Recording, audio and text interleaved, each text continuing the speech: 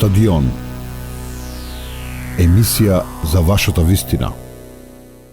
Професор Стефан Дечев, професоре, дали се слушаме, дали се гледаме?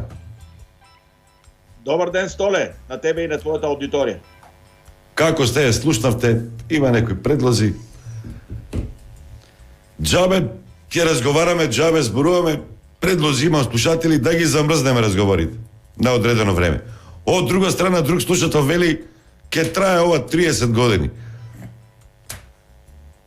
Вие сте екипа, луѓе, интелектуалци, слободумни, кои што и покрај одиумот од јавноста и во Бугарија и кај нас тука од Македонија, газите храбро и барате решенија. Повелете, кои се патиштата кои што треба да ги одиме за да најдеме решенија, а не да се замрзнеме? Ами, ще бъде срамно и за двете държави, и за двата народа, ако този спор продължи 30 години. И за това и с Катерина и другите колеги работим да намерим решение, като използваме това, което има като постижение на съвременната историография, на съвременните хуманитарни и социални науки за решаване на подобни диспути между две държави. Ние трябва да намерим решение и това зависи и от политиците, и от държавниците, а и мисля, че трябва да намерим все пак решение някакво в следващите месеци, защото има сериозна опасност, ако не се намери подобно решение, този спор наистина да продължи дълго и да отрови отношенията между двата народа. Аз мисля, че при добра воля връщане на доверието и връщане на основата на договора от 1 август 2017 година може да се намери подобно решение на спора между София и Скопие. Професор, јас повеќе не можам да разберам овој политички маневри од едната, другата страна. Еве имаш избори, разбирам дека тогаш заради рейтинг, заради јавното мислење, политичарите не се храбри, калкулираат и не носат одлуки, односно решение, поготово не за вакви спорови. Меѓутоа, еве, што се случува со бугарската политичка сцена, односно со бугарската политичка елита? Сега веќе никој не зборува за историја, сега зборуваат за правата на бугарите. Дали мисле дека така подобро ќе ги разбере Европа? Затоа што некој можеби ќе прочита единствено начин за одложување, односно за нерешавање на проблемот со таквото однесување на бугарските политичари. Во оваа емисија, поранешниот амбасадор на Македонија во Бугарија Маријан Ѓорчев кажа дека тоа што го бараат денеска бугарските политичари, бугарите во Македонија да влезат во македонскиот устав, им било нудено 2001-2002 година, кога се отвараше македонскиот устав поради рамковниот договор, заедно со албанците, со власите, со бошњаците, србите, како делови од народ, ромите, турците, да влезат и бугарите. Меѓутоа, тогашните бугарски политичари Стојанов и Костов го одбиле тоа со образложение како што вели Ѓорчев, дека тие бугарите не биле малцинство тука, туку дека биле мнозинство. Повелете.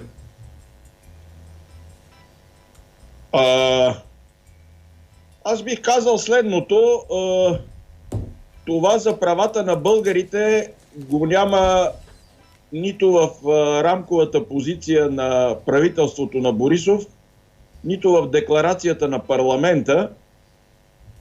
То беше извадено по-късно, през лятото на миналата година, юни месец 2021, по така наречения пакет 5+1 искания към македонската страна, където +1 се отнасяше до вписването на македонските българи в Конституцията на Република Северна Македония като един от държавнотворните народи. И до ден днешен няма единство в българското общество дали това изобщо трябва да става, а доколкото знам, освен тези македонски българи, които ги показват напоследък по българските медии, които се срещнаха с политици български, с президента, има и други, които не сакат да влизат в македонската конституция. Защото не намират, че има голяма разлика между тях и мнозинството, което се счита за етнически македонци. Говорят един и същ език, смятат го за свой, македонски език, и едните и другите тачат Гоце Делчев, и едните и другите тачат Илинден, и едните и другите смятат Македония за своя татковина.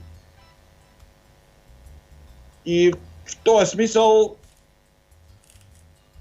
е много спорно дали това трябва да бъде искане, още повече, че за тая промяна е необходимо конституционно мнозинство в днешната република Северна Македония. Това конституционно мнозинство го няма и има нещо, което е много неприятно и което се критикува включително и тук в България, да се преструваме, да вярваме, че щом има 120 хиляди македонски граждани, които притежават български паспорт, и има и 120 хиляди македонски българи.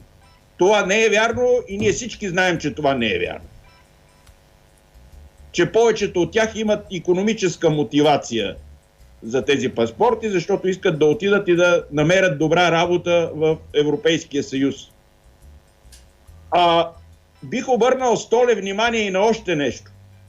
Ако изслушаш още веднъж пресконференцията, която даде президента Румен Радев веднага след този консултативен съвет за национална сигурност, понеделник вечерта, на 10 януари, правата на българите бяха поставени като ключово искане, но думата Конституция не беше спомената. Това ми се струва, че е добра новина. Другата добра новина е, че не се говори за формулировката от рамковата позиция и декларацията на парламента за една само история до 1944 година, което ни връща на формулировката на договора. Общата история на двете държави и народите им. Но история на всяка една държава и всеки един народ, макар и обща през определени периоди. Това са добри новини, според мен. Да. Професоре, Дичев, Дечев и Димитър Бечев. Значи Ивайло Дичев, Стефан Дечев и Димитър Бечев. Трио, което за дел от бугарската јавност е озлогласено заради тоа што има поумерени ставови на линија Македонија-Бугарија. Јас, еве сега конкретно прашање, дури имаше статус на Бечев дека Петков треба да излезе од скутот на Радев и да му се спротивстави, да не му дозволи тој да доминира, председателот на Бугарија, во водењето на надворешната политика. Дали вие се согласувате со тоа? На 100%. На 100% съм съгласен с Бечев. Външната политика се води от правителството на Република България. Съгласен съм също и с това, което каза Катерина Колозова, и Ковачевски, и Петков, и македонската влада, и българското правителство трябва да остават на страна декларациите на двата парламента, на българския и на македонския. Още включително и експертите от смесената историческа комисия могат да се съобразяват с червените линии само тогава, когато червените линии отговарят на постиженията на науката. Ако червената линия е някаква глупост, гласувана било в българския, било в македонския парламент, ако ти си истински научник и истински експерт, оставяше червената линия и говориш това, което ти казва научната съвест и постиженията на историографията или на съвременните хуманитарни и социални науки. В този смисъл, при един подобен подход, мисля, че бихме могли да намерим решение на споровете между София и Скопие. Дечев, еве сега порака ми стигна. Денеска се навршува точно 30 години от признавањето на Македонија како држава од страна на Република Бугарија. Нели е срамота на овој датум се уште да се расправаме меѓу нас во ситуација кога славиме еден добар јубилеј. Тие работи никако не може нормалната јавност да ги свати. Зошто се измислуваат проблеми каде што не треба да има проблеми? Признаването от страна на България на днешния ден, 1992 година, на Република Македония, и тук искам да кажа, че тя беше призната под тогавашното и конституционно име Република Македония, и затова сега ми изглежда много странно как България призна Македония като Македония, и това не означаваше териториални претенции, ама видиш ли формулата от договора от Преспа Република Северна Македония и краткото име Северна Македония, можело било да се тълкува като претенции към България. Аз мисля, че няма логика за подобно нещо. И това и казах още в началото на нашия разговор.